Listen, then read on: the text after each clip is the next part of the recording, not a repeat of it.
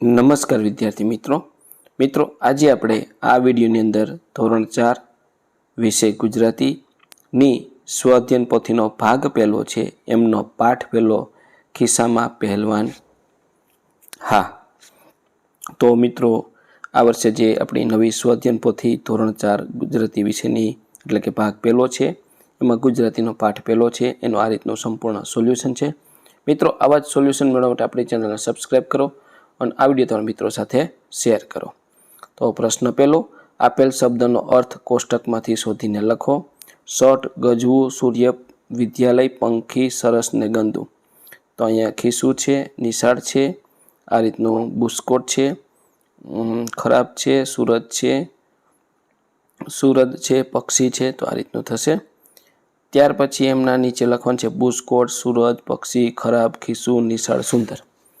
ત્યાર પછી પ્રશ્ન 2 આવે છે, કૌંસમાં આપેલા શબ્દમાંથી બંધ બેસતા શબ્દની જોડ બનાવો। તો બુસ્કોટ ખિસ્સું, આંખ તો આંસુ, તડકો સૂરજ, પુસ્તક દફતર, ઇસ્ત્રી ધોબી, તળાવ પાણી, સ્લેટ પેન, આકાશ વિમાન, દરજી કાતર, ઢોર ઘાસ, બુસ્કોટ ખિસ્સું। ત્યાર પછી પ્રશ્ન 3, ખરા વાક્ય સામે ખરા અને ખોટા વાક્ય સામે ખોટા નિશાની કરો। પહેલું, ખિસ્સાને નવા બુસ્કોટ પર બેસવાની બહુ ઈચ્છા થાય છે, એમાં ખરું। ખિસ્સાની આંખમાંથી બોર જેવડા આંસુ ટપક્યા, ખોટું। બુસ્કોટભાઈએ ખિસ્સાને રખડેલ કહ્યું, સાચું। ખાબોચિયાના પાણીમાં પલળવાથી ખિસ્સું ચોખ્ખું થઈ ગયું, સાચું। દરજીભાઈ તો ઇસ્ત્રી કરે અને કરચલી કાઢે, ખોટું। ત્યાર પછી પ્રશ્ન 4, નીચેના વાક્ય કોણ બોલે છે તે લખો। જા અહીંથી વાસ મારે છે, તારી સાથે વાત કોણ કરે, બુસ્કોટ। એ બચુડા, મારાથી ડરવાની જરૂર નથી, તો સુરત દાદા। જા અહીંથી, તું તો સાવ કરટલીવાળું છે, દરજી કાકા। આવ દીકરા, તારી કરટલી દૂર કરી દઉં, ધોબી। અરે વાહ, નીરજભાઈના બુસ્કોટ પર બેસવાની મજા આવે છે, તો ખિસ્સું।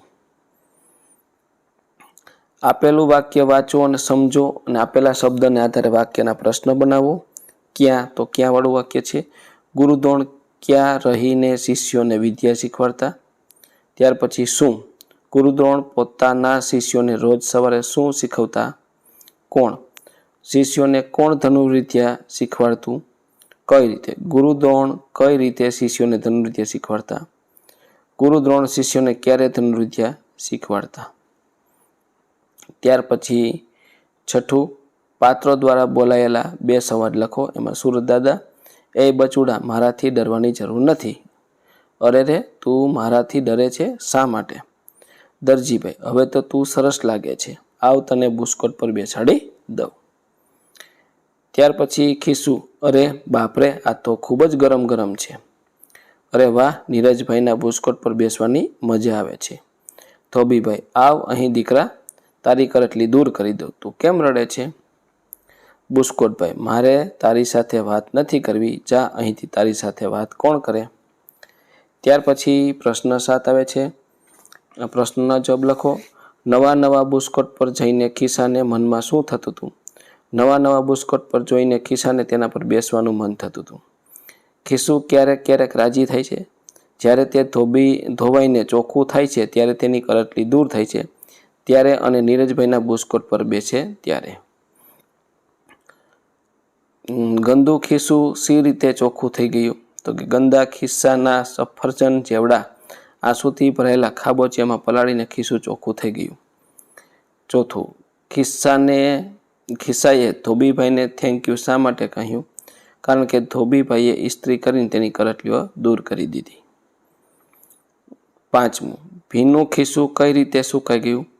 ખિસ્સું સુરત દાદાના ખોળામાં બેઠું અને સુરત દાદાએ વહાલથી હાથ ફેરવ્યો એટલે તે સુકાઈ ગયું। તમને કેવું ખિસ્સું ગમે, કેમ। મને ચોખ્ખું અને નવું ખિસ્સું ગમે। ત્યાર પછી 8 આવે છે, આપેલા બોક્સમાં તમને મનગમતા આકારનું ખિસ્સું દોરો અને રંગ પૂરો। તો અહીં મિત્રો સરસ મજાનું તમારે ખિસ્સું દોરવાનું છે ને તેમાં રંગ પૂરવાનો છે।